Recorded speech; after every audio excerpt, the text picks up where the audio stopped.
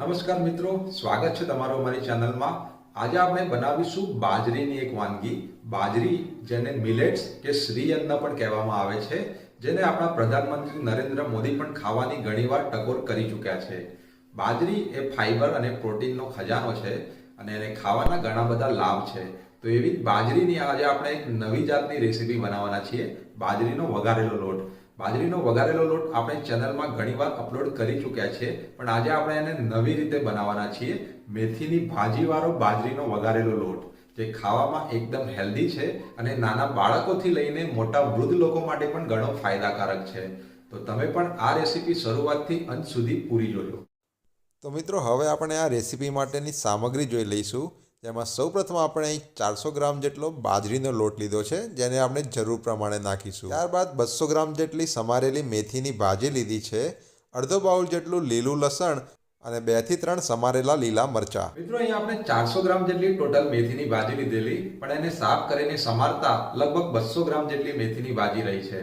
અને લીલું લસણ, અત્યારે શિયાળો ચાલે છે એટલે અમે અહીં લીલું લસણ લીધું છે। તમે નોર્મલી સૂકું લસણ જે હોય છે એને સમારીને કાં તો એને પેસ્ટ બનાવીને પણ ઉપયોગ કરી શકો છો। તો મિત્રો, સૌપ્રથમ આપણે ગેસ પર આ રીતની એક તપેલીમાં 2 થી 3 ચમચી જેટલું તેલ લઈશું। અમે અહીં સનફ્લાવર તેલનો ઉપયોગ કર્યો છે। તેલ બરાબર ગરમ થઈ જાય એટલે એની અંદર આપણે 1 ચમચી જેટલી રાઈ નાખીશું અને સારી રીતે એને ફૂટવા દઈશું। આપણી રાઈ સારી રીતે ફૂટી જાય એટલે એની અંદર 1 ચમચી જેટલું જીરું નાખીશું અને જીરાને પણ થોડી વાર સુધી તતડવા દઈશું। ત્યારબાદ તેમાં ચપટી હિંગ નાખીશું। જો તમે ચાહો તો હિંગને સ્કીપ કરી શકો છો। ત્યારબાદ એમાં આપણું સમારેલું અડધા બાઉલ જેટલું લીલું લસણ નાખી દઈશું અને સાથે સાથે આપણા સમારેલા 2 થી 3 લીલા મરચાં પણ નાખી દઈશું।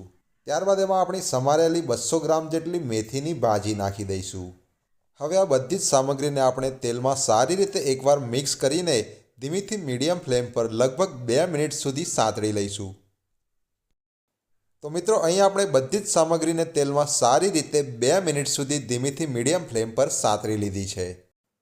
તો હવે આપણે આની અંદર 1 ચમચી જેટલો કાશ્મીરી લાલ મરચાં પાવડર નાખીશું। ત્યારબાદ તેમાં અડધી ચમચી જેટલી હળદર નાખીશું, 1 ચમચી જેટલો ધાણા જીરું પાવડર નાખીશું। ત્યારબાદ છેલ્લે સ્વાદ મુજબ મીઠું નાખીને બધા જ મસાલાઓને ભાજી અને અન્ય સામગ્રી સાથે એકવાર સારી રીતે મિક્સ કરી લઈશું। તો મિત્રો, અહીંયા આપણે બધા જ મસાલાઓને ભાજી સાથે સારી રીતે મિક્સ કરી લીધા છે। તો હવે આપણે એની અંદર 3 ગ્લાસ જેટલું પાણી રેડીશું। હવે આ બધી જ સામગ્રીને પાણીમાં એકવાર મિક્સ કરીને તેને ધીમેથી મીડિયમ ફ્લેમ પર 4 થી 5 મિનિટ સુધી ઉકળવા દઈશું। તો મિત્રો, અહીં આપણે બધી જ સામગ્રીને પાણી સાથે ધીમીથી મીડિયમ ફ્લેમ પર 5 મિનિટ સુધી ઉકાળી લીધી છે। તો આ બધી જ સામગ્રીને આપણે એકવાર સારી રીતે મિક્સ કરી લઈશું। હવે આપણે આમાં થોડો થોડો કરીને બાજરીનો લોટ ઉમેરીશું। એકસાથે બધો જ લોટ નથી નાખવાનો, આપણે થોડો થોડો કરીને જેટલી જરૂરિયાત હોય એ પ્રમાણે લોટ નાખવાનો છે। જો લોટ વધારે પડી જશે તો આ બધી જ સામગ્રી એકદમ કડક થઈ જશે। મિત્રો, અહીં આપણે ટોટલ 400 ગ્રામ જેટલો બાજરીનો લોટ લીધેલો, પણ અહીં આપણે એનાથી ઓછા લોટની જરૂર પડશે। હવે આપણે આ રીતે એક વેલણ વડે લોટને સારી રીતે બધી જ સામગ્રી જોડે મિક્સ કરી લઈશું। મિક્સ કરતી વખતે આપણે સતત હલાવતા રહેવાનું છે। અહીં આપણે લોટને મિક્સ કરવા માટે વેલણનો જ ઉપયોગ કરવો પડશે, અન્ય કોઈ વાસણની મદદથી આ લોટ સારી રીતે મિક્સ નહીં થઈ શકે। મિત્રો, અહીંયા આપણે જે લોટ લીધો છે એ બધો જ પાણીમાં સારી રીતે મિક્સ થઈ ગયો છે, છતાં પણ અહીં પાણીની માત્રા થોડી વધારે લાગી રહી છે।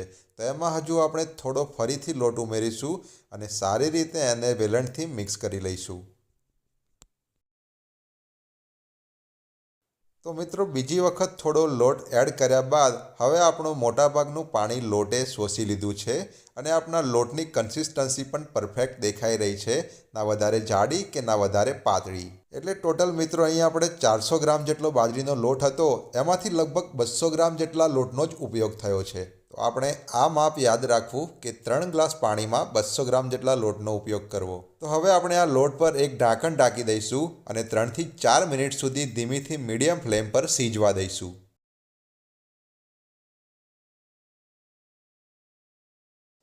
તો મિત્રો, અહીંયા આપણે 4 મિનિટ સુધી આપણા લોટને ધીમીથી મીડિયમ ફ્લેમ પર સીજી લીધો છે। તેની ઉપરનું ઢાંકણ હટાવીને એકવાર સારી રીતે વેલણ વડે મિક્સ કરી લઈશું.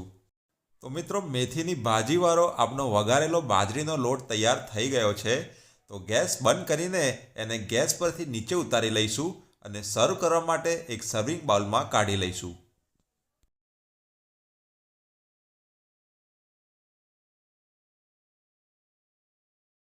મિત્રો, આ રેસીપી તમને કેવી લાગી અમને કમેન્ટમાં જરૂરથી જણાવજો. આ રેસીપી નોર્મલી જે આપણા વૃદ્ધ લોકો હોય છે એમની પાચન ક્રિયા નબળી થઈ ગઈ હોય છે, જેમને ચાવવામાં પણ તકલીફ પડતી હોય છે, તો એમના માટે આ રેસીપી ખૂબ જ ફાયદાકારક છે. અને સવારના નાસ્તામાં તમે આને દૂધ કે છાશ સાથે ખાઈ શકો છો. અને ખાવાના ઘણા જ ફાયદા છે.